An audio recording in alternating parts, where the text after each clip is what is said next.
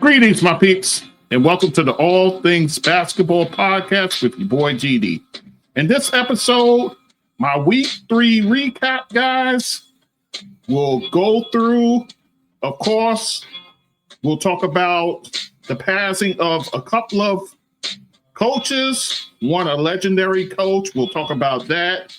Also, Myles Turner returns to Indiana as a Milwaukee Buck. We'll talk about that as well. And Draymond Green is at it again, guys. So, of course, you know I got to go in. So we'll talk about that as well and much more. So just sit back, relax, and enjoy the show.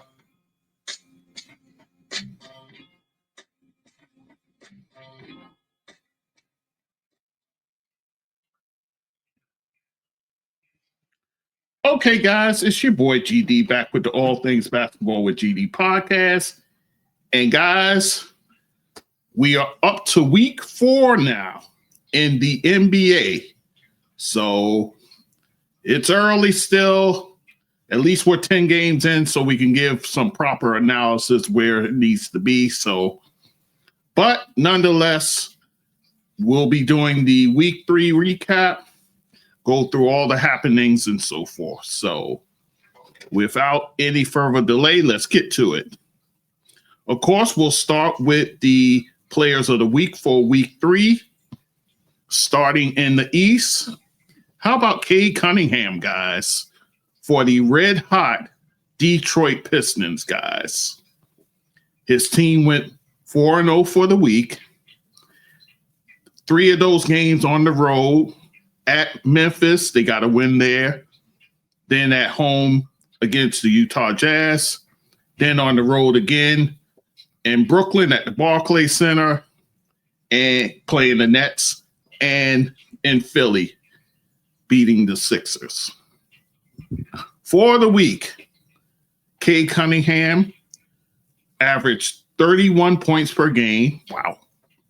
Nearly 10 assists, guys, and over 3 rebounds. He shot it a blazing 54.7% from the field, guys. You talk about electric basketball.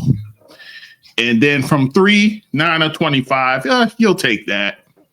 And then from the free throw line, 27 attempts, he made 21 of them. So there you go.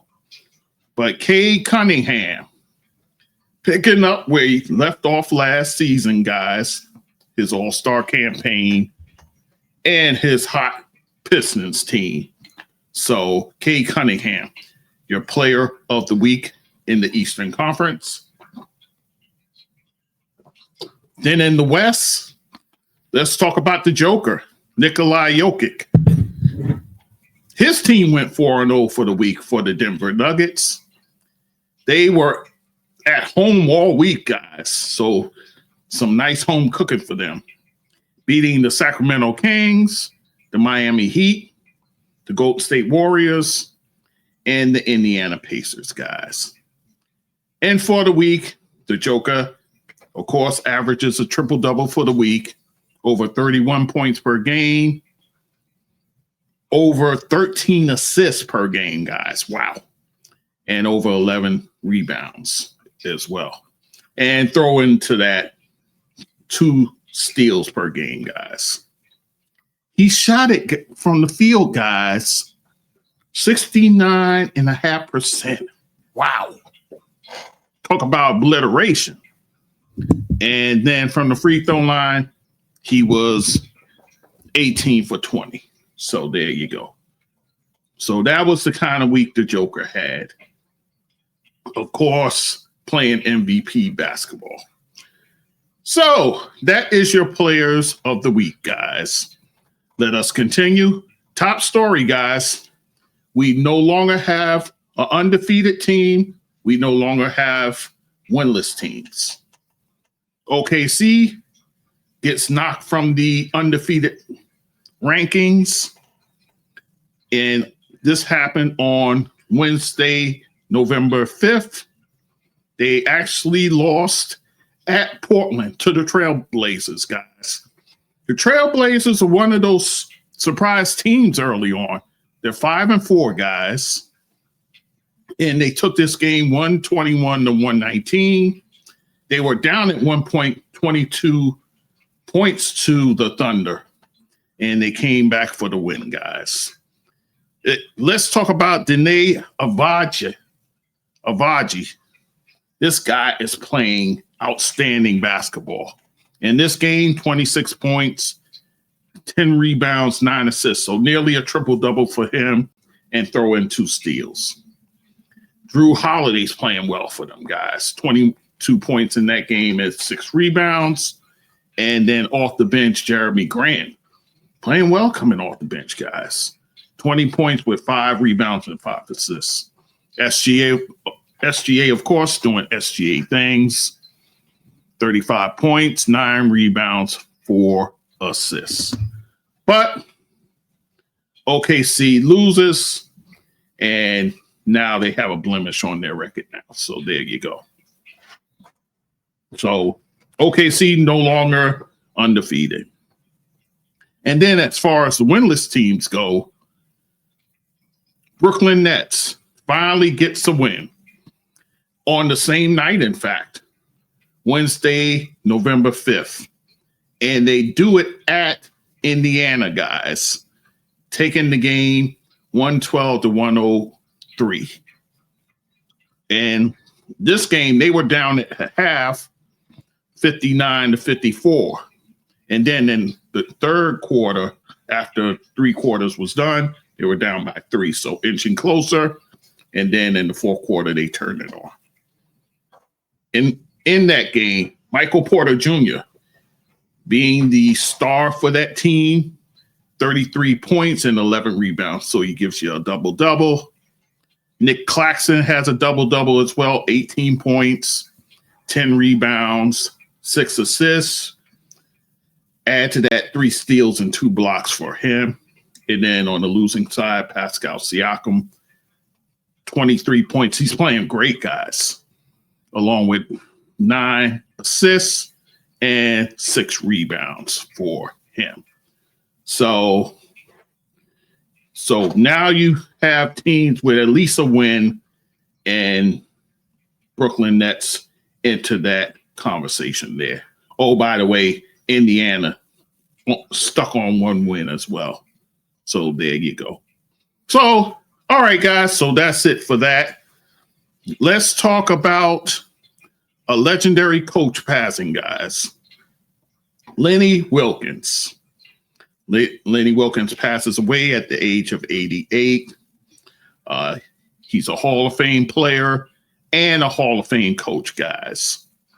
Born in Brooklyn, New York, and in my eyes, he started the legacy, if you will, of the New York City point guards. You know, we talk a lot about that as far as that goes. Guys like Pearl Washington, guys like Kenny Smith, guys like Mark Jackson. We can go on and on. Kenny Anderson, Rod Strickland. But Lenny Wilkens was the forerunner to all those guys. He played for Boys High School. This was before it became Boys and Girls. Hailing out of Bed-Stuy, Brooklyn, was where Lenny Wilkens grew up and learned to play basketball. So Boys High School is where he went. Then he would go on to college to Providence, where he would be a 2-time All-American, leading those teams. Back in the day, the NIT was the thing. So he led them all the way to the finals in his senior year, guys. So there you go there. But he gets drafted in 1960. He's the 6th pick overall in that draft, guys, by the St. Louis Hawks. And that's the same draft where Oscar Robertson goes number 1 and Jerry West number 2. So you got 3 Hall of Fame guards in that draft right there, guys. As a player, Lenny Wilkens played 8 years with the St. Louis Hawks. And then from there, 4 years with the Seattle Supersonics, 2 years in Cleveland playing for the Cavaliers, and then 1 year he had with the Portland Trail Blazers. 9 All-Star appearances, guys. And in one of those appearances, he won All-Star MVP. He led the league in assists 1 year. He's on the 50th and the 75th anniversary team, guys. That's how great a ball player he was. And at the time of his retirement, he was the assist leader in the entire NBA. So there you go. And as a coach, even more legendary, guys. Spending 11 years with the Seattle Supersonics. Actually, he did 2 stints there. First 3 years, then he went to Portland for 2 years and then back to Seattle. And while at Portland, he kind of set the stage for that championship team that you saw in 1977, guys. It was Lenny Wilkens who laid the groundwork for that team to eventually win the championship, which they did under Dr. Jack Ramsey. But in Seattle, he wins the championship of his own in 1979, guys, where he had the electric backcourt of Dennis Johnson and Gus Williams. Then after Seattle, guys, he goes to Cleveland, where he spends 7 years there as a coach. Then also coaching the Atlanta Hawks for 7 years, the Toronto Raptors for 3 years, and then 2, I would say 2 years that was kind of forgettable because they didn't give him the horses, guys, here with the New York Knicks. So there you go. So overall, guys, he becomes the first coach to win 1,000 games, guys. First coach to do that. And at the time of his retirement, he was the all-time leading coach as far as wins goes until Don Nelson breaks his record. And then after that, Greg Popovich breaks Don Nelson's record. So his overall record, 1,332 wins against 1,155 losses. So that gives him a 53.6 win percentage, guys. One coach of the year that he won. He's coached the All-Star team 4 times, guys. And he made top 10 lists of coaches all time and top 15 after that. He also, guys, was an assistant coach with the original Dream Team in 1992. So winning gold there. And then later, 1996 in Atlanta, fittingly so. He's the head coach of Dream Team 2, guys.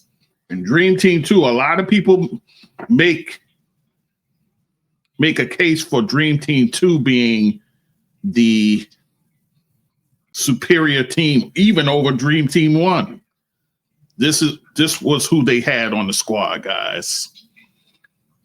They had 5 holdovers from the Dream Team: Charles Barkley, Karl Malone, John Stockton, Scottie Pippen, and David Robinson. Then they added to that guys like Grant Hill, Penny Hardaway, who was playing phenomenal basketball at that time, Mitch Richmond, also known as The Rock, or Rock, Reggie Miller at the time, outstanding sharpshooter, Shaquille O'Neal, who many said should have made the original Dream Team. Hakeem Olajuwon. That was huge because at the time of the Dream Team, he wasn't a naturalized citizen as of yet. So when this Olympic rolled around, he was able to join the Olympic team. And then it was supposed to be Glenn Robinson getting the last spot, but he gets injured. So as a replacement, they bring in Gary Payton, outstanding replacement as well, and a critical piece nonetheless. So again, a lot of people make an argument about Dream Team 2 being better than Dream Team 1. We could have that debate on another day, but there you go. But Lenny Wilkens, of course, will be sorely missed, guys. And of course, the well wishes were plentiful.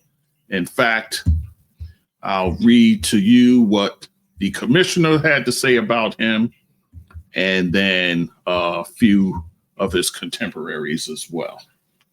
Hang on one moment. Yeah. Okay. And, yeah, have it right here. And this is from the commissioner, Adam Silver. This is his statement. Lenny Wilkens represent the very best of the NBA as a Hall of Fame player, Hall of Fame coach, and one of the game's most respected ambassadors. So much so that 4 years ago, Lenny received the unique distinction of being named one of the league's 75 greatest players and 15th greatest coaches of all time.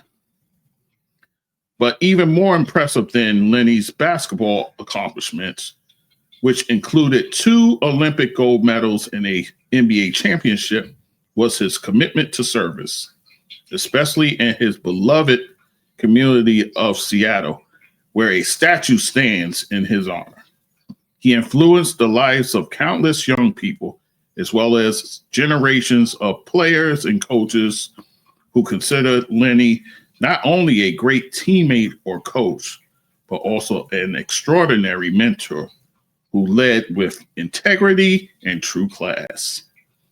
I send my heartfelt condolences to Lenny's wife, Marilyn, their children, Leisha, Randy, and Jamie, and all those throughout the NBA community who were fortunate to be touched by Lenny's leadership and generosity.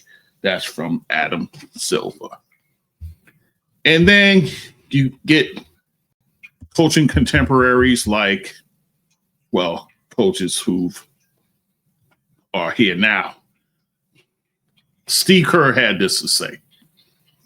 I think he's the only guy I know who's a Hall of Fame player and a Hall of Fame coach. 2 different ways. Maybe there's 1 or 2 others. I didn't watch him play. I wasn't old enough to see him play, but reading about his game and how talented he was, and that he ended up breaking the all-time wins record as a coach. What a career.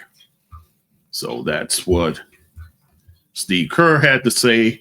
And this is from Rick Carlisle, coach of the Indiana Pacers. I ended up following him as president of the NBCA, and that's the union for the coaches. He did a lot of things to further the profession. The pension, benefits, coaching salaries rose significantly during his time. He was a great representative to the league office, advocating for coaches and the things that coaches experienced that a lot of people didn't know about. Lenny was a great communicator with things like that. The thing that I'll always remember, he's such a great gentleman and such an eloquent human being, along with being a super competitive coach. He's still way up there in all-time victories. Very, very special man. He'll be missed, but he'll be remembered. And that is from Rick Carlisle. And then you have former players of his like Detlef Schrempf. He had this to say: you set the standard of what it means to lead and have an impact in our community. You will be missed dearly. That's from Detlef Schrempf. So, the well wishes and condolences are rolling in from many a player. So there you have it. And I'll read this final one for now. This is from the Atlanta Hawks. The Atlanta Hawks franchise.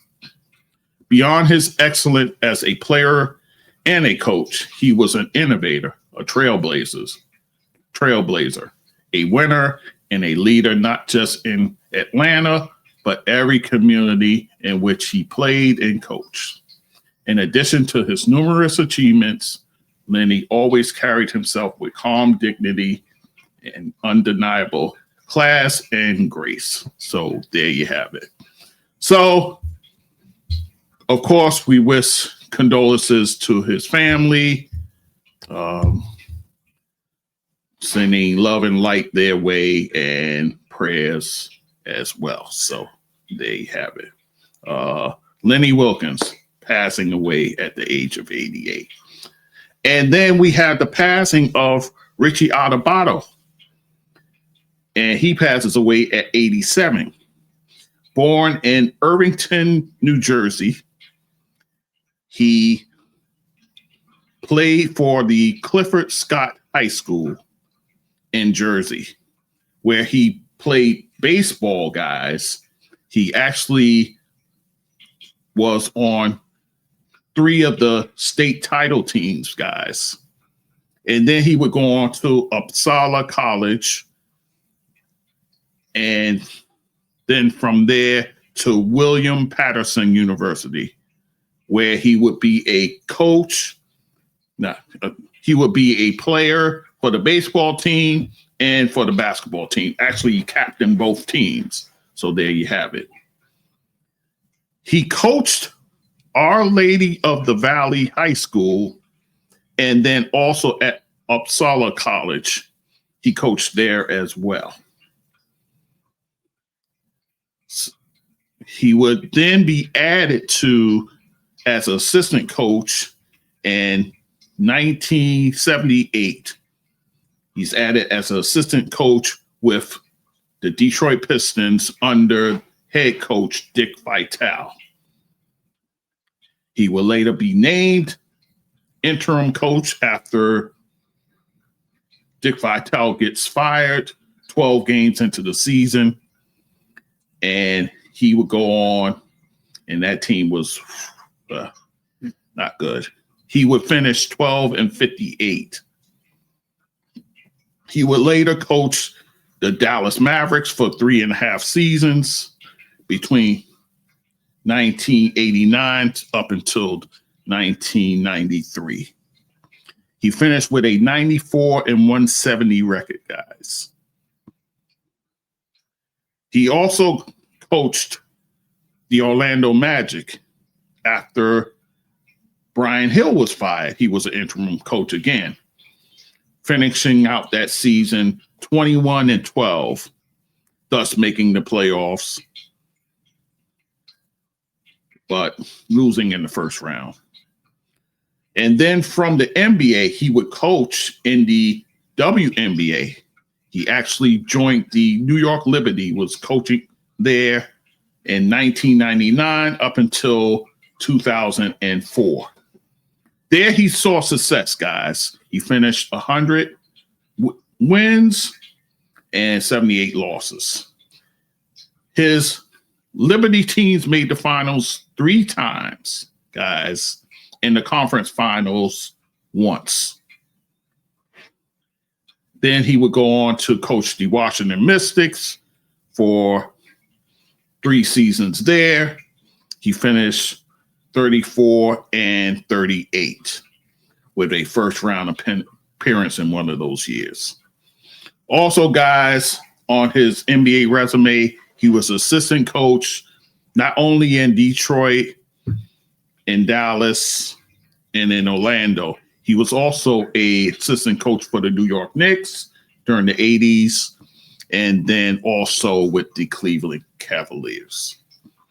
And then he would later become a color analyst for the Orlando Magic. So Richie Adubato passes away at 87. Of course, we send the same well wishes to his family, condolences, prayers, and all those things. So, all right, guys. So let's gently move on. Injuries, guys.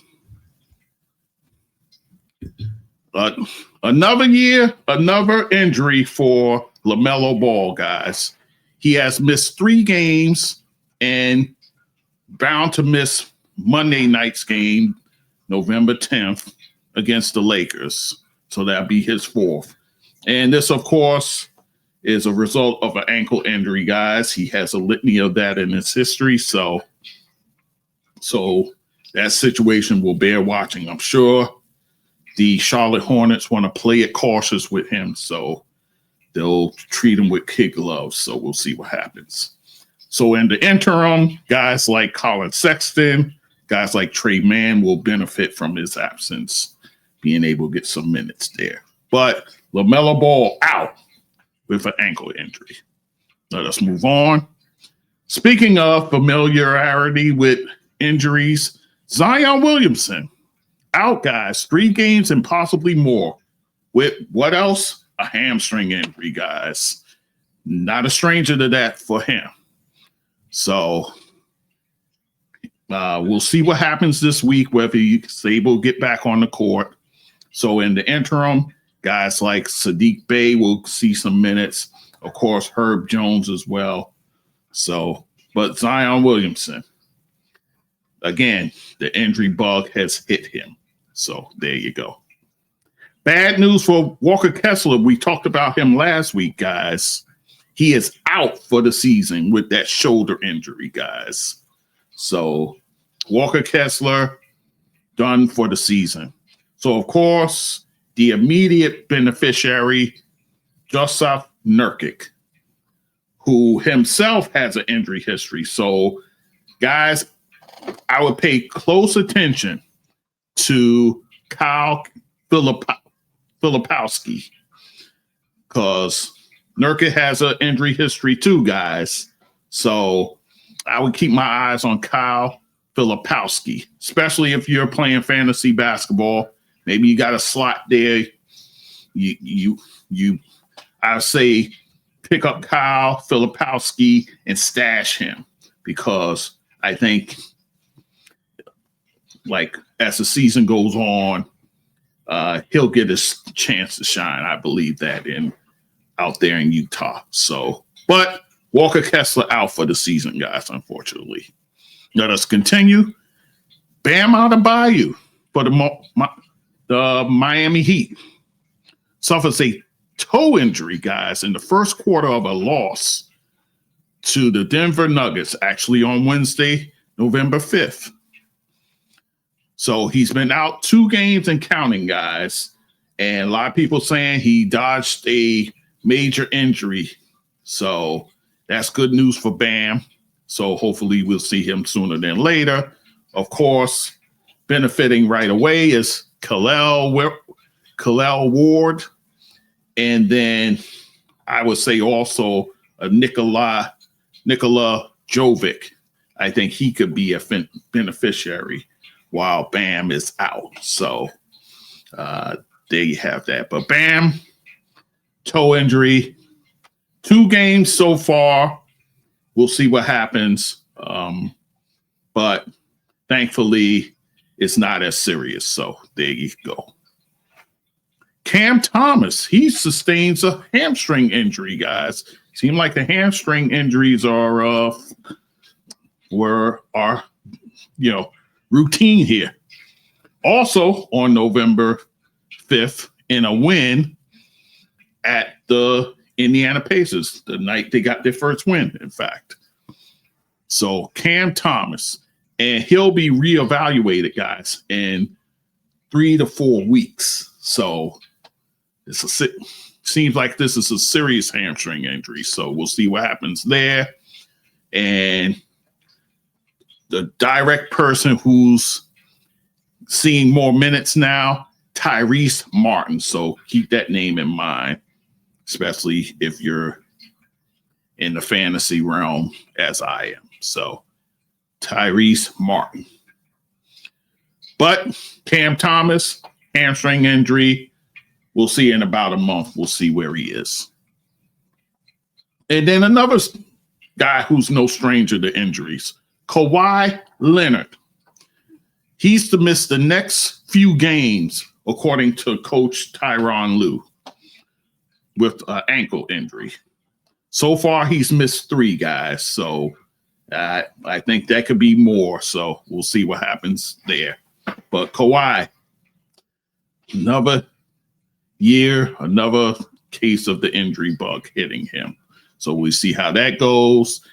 In the meantime, Tyronn Lue will start Nick Batum, and then also you can use guys like Bogdan Bogdanovic. You'll probably have to rely on them for some offense, and a guy like Chris Dunn, perhaps. So, but Kawhi Leonard, missing time.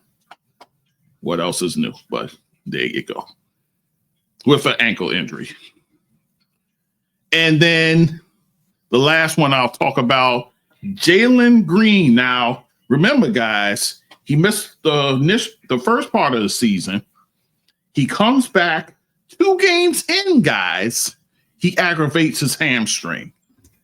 So this happens on November 8th on a Saturday. And this is at the LA Clippers, guys. Oh, and they got the win that night, by the way. So no timetable yet, guys. They're still evaluating. So we'll see how that goes. But tough break for Jalen Green. You know, he's with his new team now, the Phoenix Suns. So a lot of people are expecting him to pop over there, but that hasn't happened as of yet. He hasn't been able to, get enough time. It was only 2 games in. So there you have that. So tough break. But moving on, we do have some players that's returned from injury. And we'll start with Darius Garland. He missed his first 7 games, guys, but he returns on Wednesday, November 5th. A lot happening that night. So he makes his debut that night in a win versus the Philadelphia 76ers. In the game, he plays 26 minutes, 8 points, and 4 assists for him.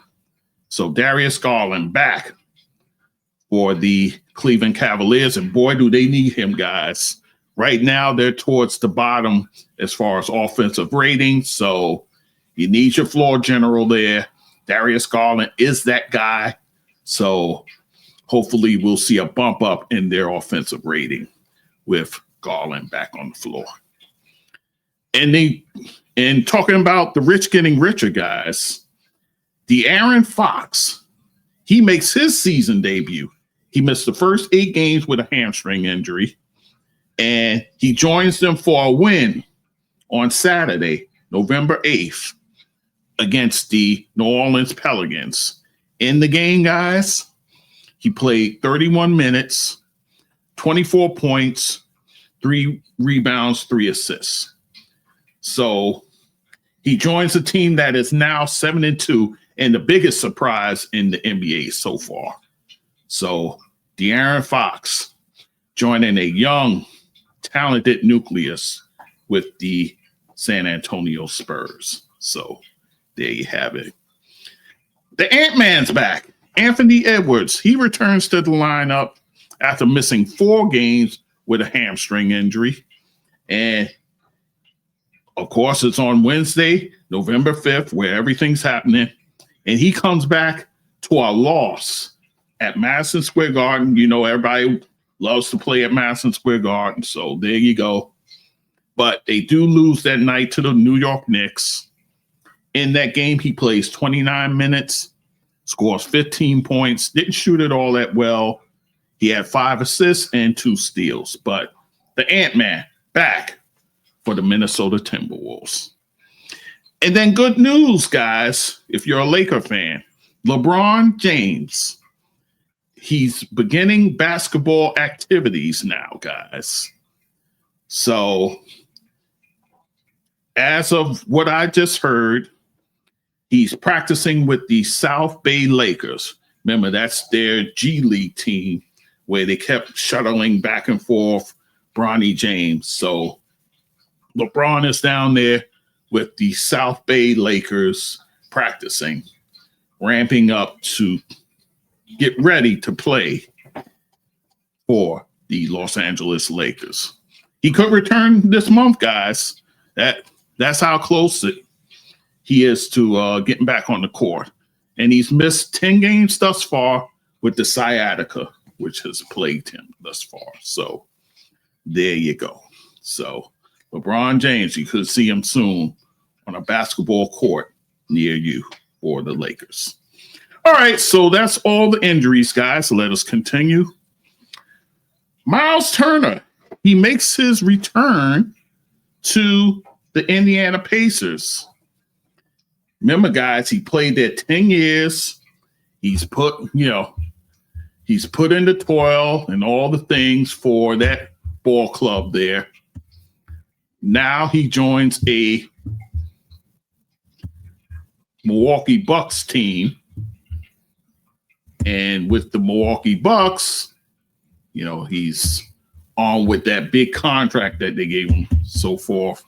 But during his time with the Indiana Pacers, guys, never made an all-star team, guys. He did lead the league in blocks twice.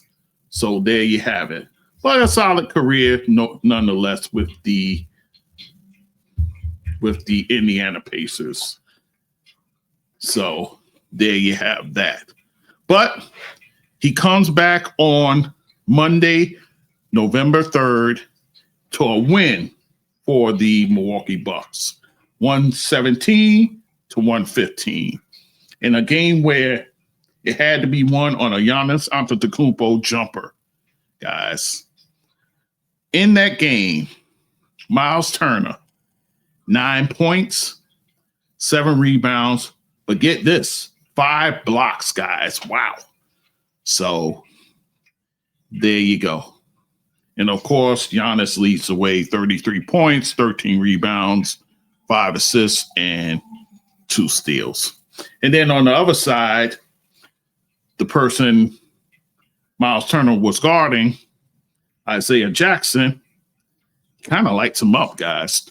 21 points, 10 rebounds, and 2 steals. So there you have that. But in the end, Myles Turner team gets the win.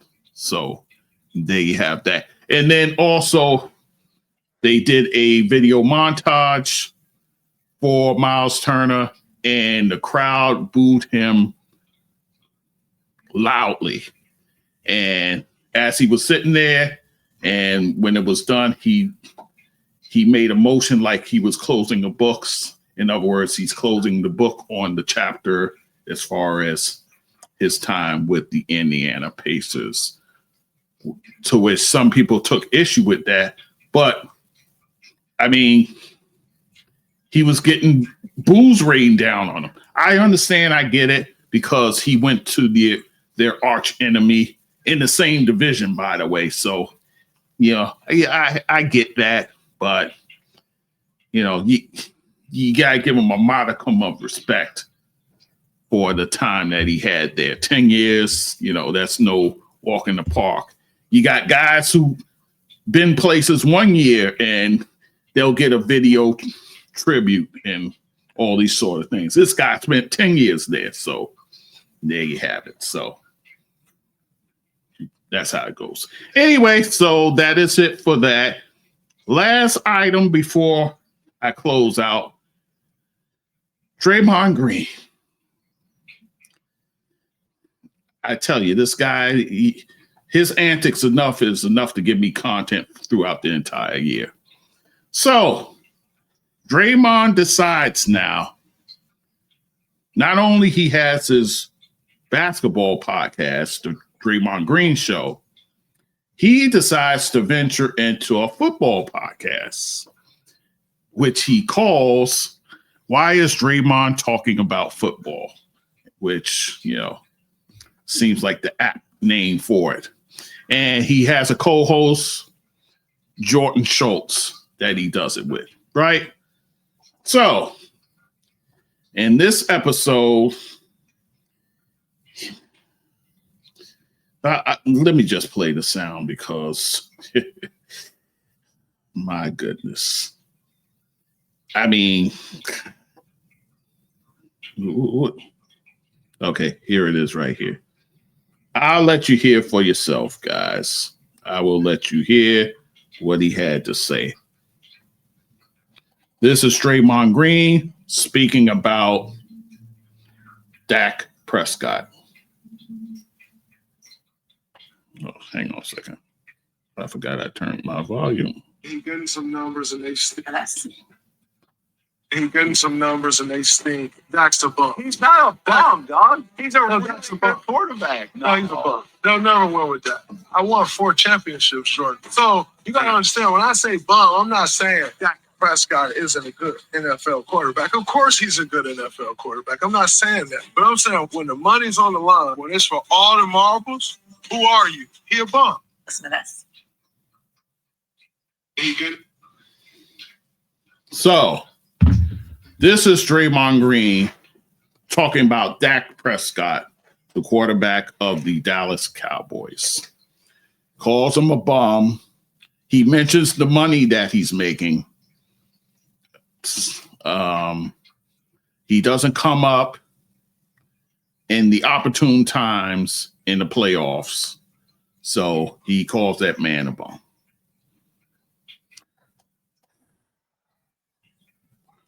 Are we going to call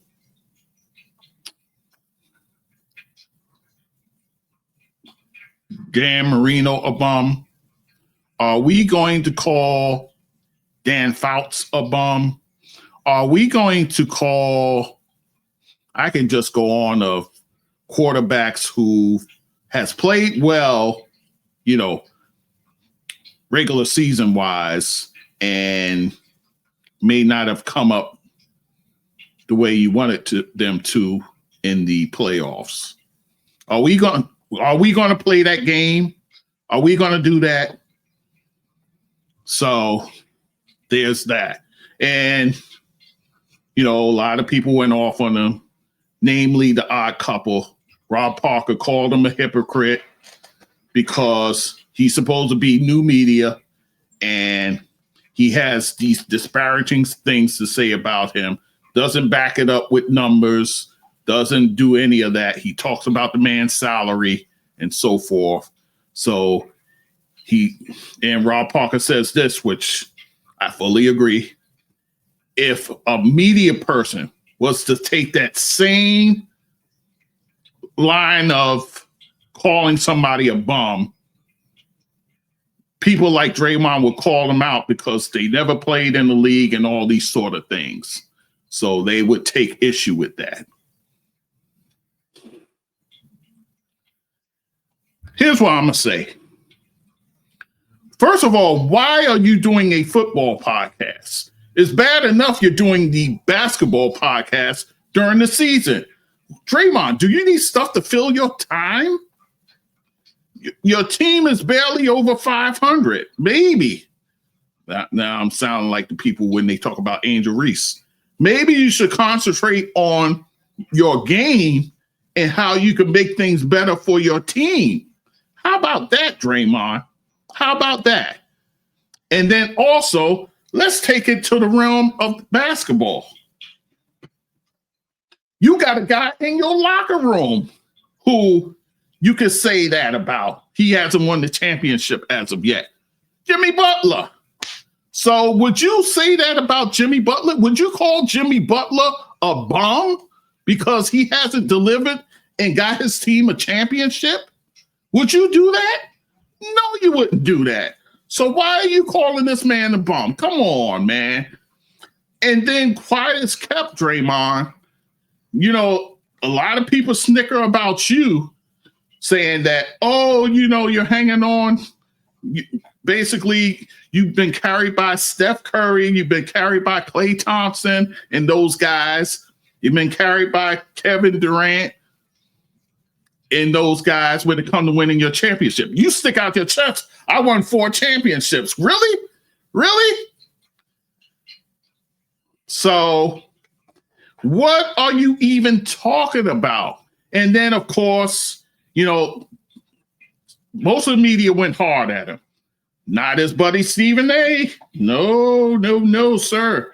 No, sir. He treated him with kid gloves yet again. Listen to what I usually don't play this sound, but for the sake of this discussion here, this is Stephen A. talking about his buddy. I think he still considers him a buddy, Draymond Green, about him doing that. Draymond Green, he took the liberty of talking about Dallas Cowboys quarterback Dak Prescott. Dak's a bum. Dak's not a bum. He's an MVP candidate. Yeah, that's fine. He getting some numbers and they stink. I won 4 championships, Jordan. So you gotta understand, when I say bum, I'm not saying Dak Prescott isn't a good NFL quarterback. Of course he's a good NFL quarterback. I'm not saying that. But I'm saying when the money's on the line, when it's for all the marbles, who are you? He a bum. But the story isn't fully written yet. It's pretty written because now he's making $65 million and it's way harder to win. Like, you got to be so, like, Patty Mahomes good to be, like, that highly paid and still go win. Like, that's a very hard thing to do. Like, it's over. I thought bum was a bit too excessive. Dak Prescott is not a bum. Dak Prescott is a big-time quarterback in the National Football League. But it is fair to say, when Draymond elaborated on he can play, I'm not saying that, but when the moment arrives, where is he? Draymond Green has a right to ask that question. He's qualified. He would know because Draymond Green's teammate is the babyface assassin that is known as Steph Curry, the greatest shooter. Enough of that. So, you heard it yourself, guys. Stephen A. soft-shoed it once again.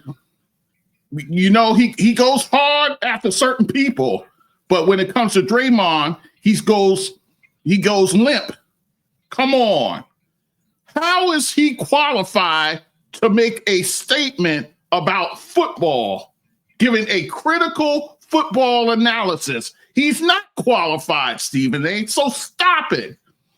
It's always with you. You go soft on this guy. You go hard. If that was Kawhi Leonard saying that nonsense, you go off. Come on, man. See, you be hypocritical in your stuff, man. You don't be consistent. Come on. You know and I know he shouldn't have been talking about that. But you know what it is? He wants to mimic you. He wants to be this big media type now where he could cover this and cover that. So he's following your footsteps, so you don't want to match his toes. Come on, man. Come off of that. Come off of that. You needed to call him out. And I saw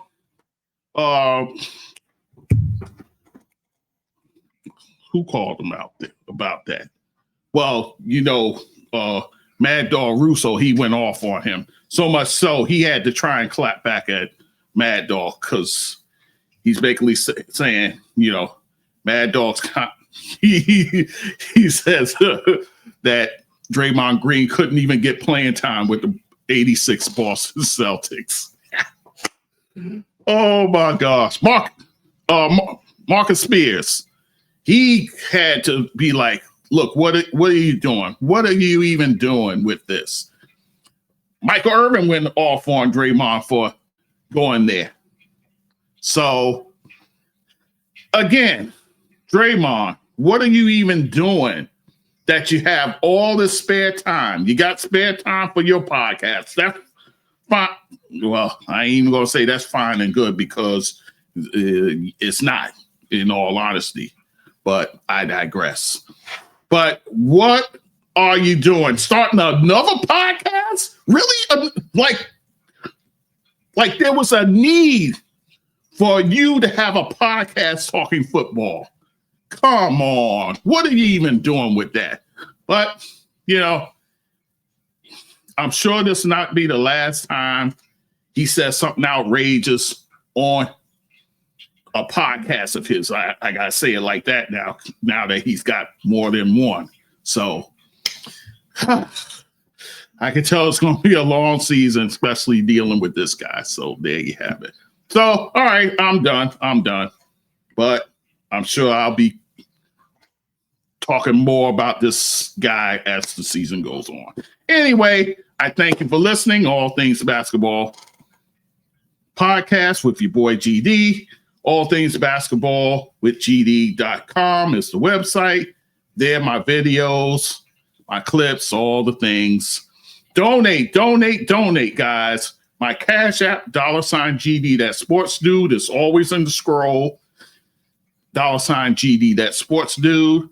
Also, PayPal, buy me a coffee, and Spotify donate. That's on my website, guys. Go there, hit your boy up. It's the holiday season. Well, getting close to it. Hit your boy up with a few dollars here and there. That'd be great. Also, podcast platforms. I'm on all of them. YouTube, my YouTube channel. LinkedIn, I put the link there for my shows and so forth. And also, guys, social media, Instagram, TikTok, some Blue Sky, some Facebook, and that's it. I thank you for listening. As always, guys, your listenership is so important to what we do with this show. I thank you. As always, we'll talk soon. Take care.